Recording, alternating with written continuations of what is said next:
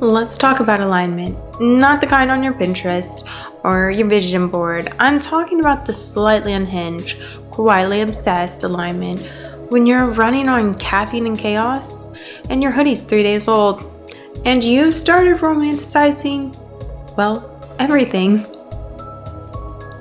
This is just another manic episode where we evolve out loud, unpolished, unapologetic, and unbothered. Every episode, we embrace our infinite paradox, the messy, cosmic, beautiful journey of becoming. Alignment isn't about being perfect, it's about being coherent. When your thoughts, emotions, and actions stop arguing, that's alignment.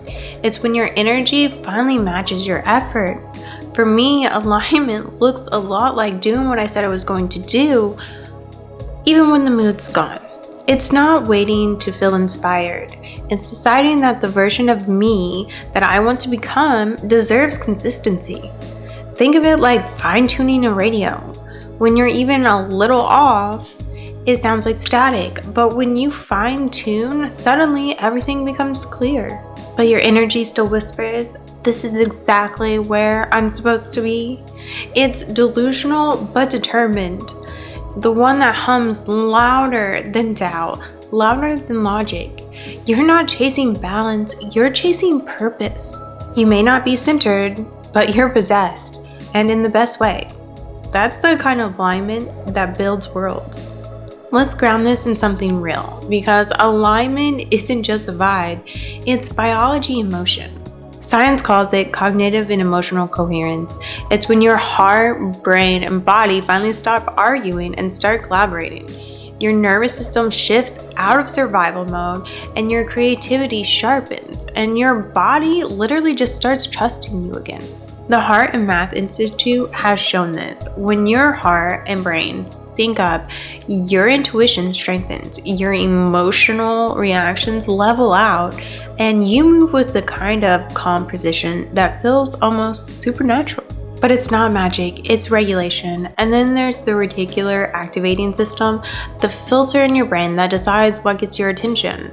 Once you lock in on something, a goal, a vision, a purpose, your brain starts scanning reality for anything to match it. That's why manifestation works best when paired with clarity and discipline.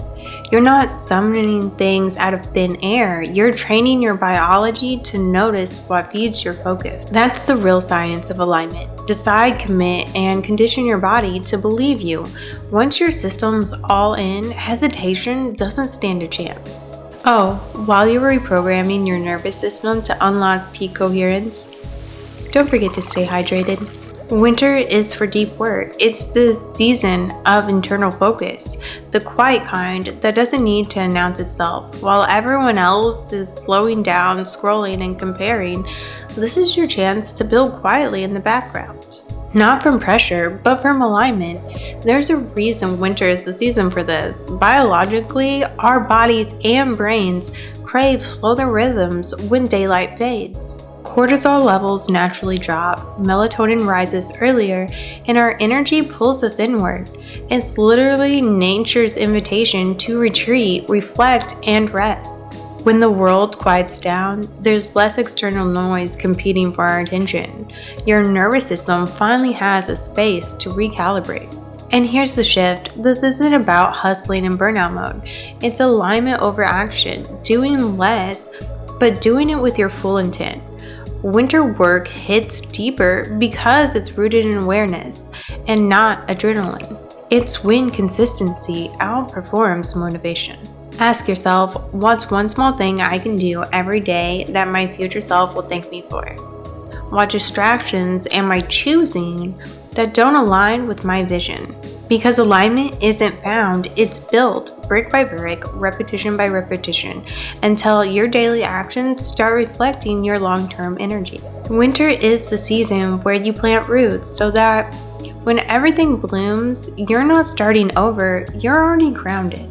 Everyone loves to talk about trusting the universe, but the real trust, that means giving it something to work with. You can't expect alignment while living in contradiction. Saying you want peace but choosing chaos. Saying you want growth but dodging discomfort. Manifestation isn't magic, it's collaboration. You set the intention, but your habits are the proof. The universe doesn't respond to your words.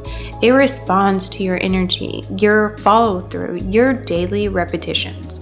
It won't hand you what you're not prepared to hold. If you want the universe to meet you halfway, show it that you're serious. Not through grand gestures, but through micro moments.